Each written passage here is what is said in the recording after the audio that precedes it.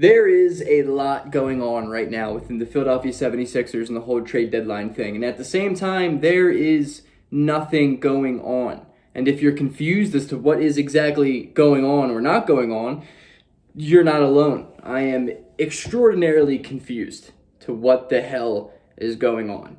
So let's talk about what's going on. Like the video, subscribe to the channel, get me to 1,000 subscribers. I'm right there. Let's do it for the deadline. The 76ers have been rumored by so many people, including the new one of Brian Windhorst, who tends to be somewhat of a credible source. However, last trade deadline, he said that Kyle Lowry is preparing to be traded to the Philadelphia 76ers. And as we all know, as the Sixers organization, we did not capitalize on that half-yard line deal, whatever the hell they called it. But it's the deal zone, baby. It is the trade zone, deal zone, whatever the hell Brian Windhorst said. And there are some things that we should take out of the article that I've read that the majority of you probably have too. And there are some things that I just think we have to break down. The first one is that Brian Windhorst, as reliable as you think he is or not, I'll get into that later, reported that James Harden is the main cog in this whole push to Philadelphia. James Harden said that the past 10 days or so, how else more can he make it clear that he does not want to play in Brooklyn? And obviously, I could figure that we could imagine that Daryl Morey is using that exact stuff in the interview rooms. Or not interview rooms, the trade rooms and the trade talks and over the phone. I'm sure he's saying, bro, your guy doesn't even want to come back. Let's take this deal while you can. But at the same time, Brian Windhorst may not be the most reliable guy. First of all, maybe it's just kind of pushing this clutch agenda and kind of screwing the Sixers, as we also have seen by Shams and by other people of the past. But also the fact that Brian Windhorst has been wrong before. And the fact that Adrian Wojnarowski and Shams and some of the guys like that haven't reported absolutely anything. And then when they do report, Woj has reported that a deal is not being discussed and no one has talked to each other. And who is there to believe? My gut says Adrian Wojnarowski, because if anything's going to happen, it's going to be Woj that drops the bomb. I mean, we see that all the time. Every single trade deadline, every single trade, it's either Woj or Shams. It's not Brian Windhorst. Brian Windhorst is more of a Kendrick Perkins type of guy. So I am going to hold my breath on that because I just don't believe it. But it's very, very difficult, especially as a Sixers fan, to not overreact to when you see news like that. And that's exactly what I did. I woke up, I saw that, and I was like, it's game time. It is absolutely game time. It's 11 in the morning and something's going to happen. That doesn't mean that I still don't believe something can happen, but I think it's time to understand that Brian Windhorst is not the most reliable guy.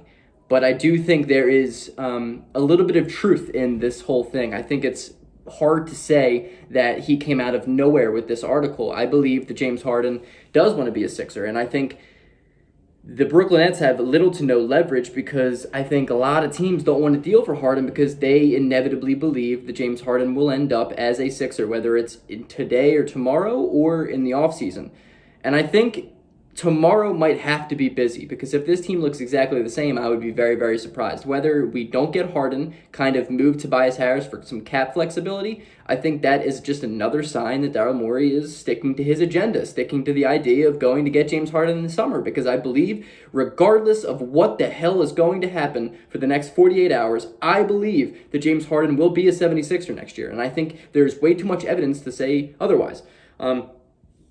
But at the same time, I would like to pull the trigger now. It's just blue balls, you know? You have me right there. I can almost taste it, and then you pull it away, and then Woj comes out and says, Dad, don't listen to this fool. He doesn't know what he's talking about. I want it. I want the deal. But then the Nets come out and say that we want Maxey, Thibault, Seth, Picks, and Ben. Philly obviously was like, well, that's simply not going to happen. And then the last counteroffer I've seen a couple hours ago was the Nets saying, okay, give us Ben, Thibault, Seth Curry, and Andre Drummond, and you guys can have James Harden and Patty Mills. And I would like to break that trade down now. That's a lot. But at the same time, I think it's understandable. I think that's much closer to being fair than the other thing, but I still would probably say no to that, and I'm sure Daryl Morey absolutely declined that. I think Morey understands that patience is key. Now is not the time to just completely rush everything. This is the moment we've been waiting for, but the moment will also be in this offseason. The ultimate moment is this offseason, because whether or not we trade for James Harden now if we don't win a championship, there still will be moves that have to be made. And I think it's in Brooklyn's best interest to trade him right now, because not only do you need to get him off of the team because he does not want to play there, but also the fact that you got to build around a roster around KD and Kyrie, and whether Ben is involved in that or not, you need to start filling out pieces, because this Harden deal is not going to solely fix the entire Brooklyn Nets organization. There's a lot of issues with that roster compilement that they need extra help. When I saw the Drummond trade, I thought, if that's the deal that we make, we have to do it now. And I say that because that just means we need to go out and get more, because we need a backup five then, and we're going to need some wing defense. There's going to be a lot of more moves that we need to make, and it does not stop at Harden. And that's why I really believe that this trade should have happened this morning or even yesterday, because I think it's in the best interest for both organizations to make the biggest splash now. And I also firmly believe that there is no rattling around the NBA right now, because rumors are having it that teams are waiting for this Harden trade to occur. It's almost like every single team in the NBA, every single fan of the Sixers fan base, Brooklyn fan base, and any other fan base believes that this trade is going to happen. So it's going to be an absolute deadline changer if it doesn't. That being said, I do believe it will happen either today or tomorrow. I really, really do. But the difficulty is that Sean Marks tends to be a pretty good GM. He doesn't want to get fleeced out of many deals. He's much more hesitant when it comes to that type of deal, especially trading an all-star, superstar guy that they traded the whole firm for last year. And Daryl Morey is the exact same way. Daryl Morey is never going to be the guy that outwardly loses a trade. He may lose one down the line when a couple of years pass and you look back at it, but he will never lose the trade in the moment.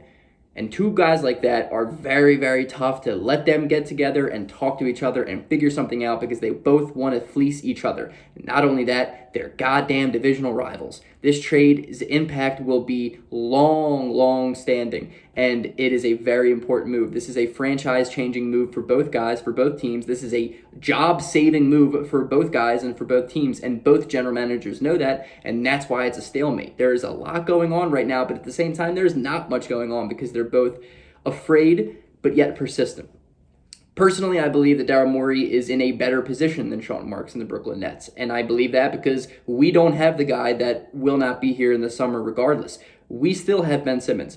And though Ben Simmons does not play, Ben Simmons still is what we know he is. And that's good enough for the Brooklyn Nets. And it should be good enough, because I've said it a lot on DJ Eastwood's podcast. I've said it on our RB's podcast. I've said that, bro, it's a good fit in Brooklyn. If there is any team that can fit with Ben Simmons and still be a capable winner, it's the Brooklyn Nets. And I believe that it's just the best interest of both teams to make that deal right now. And I would not love to trade Andre Drummond. I would not love to trade Matisse Thybulle, but I think moves are on the horizon, and I might have to sneeze.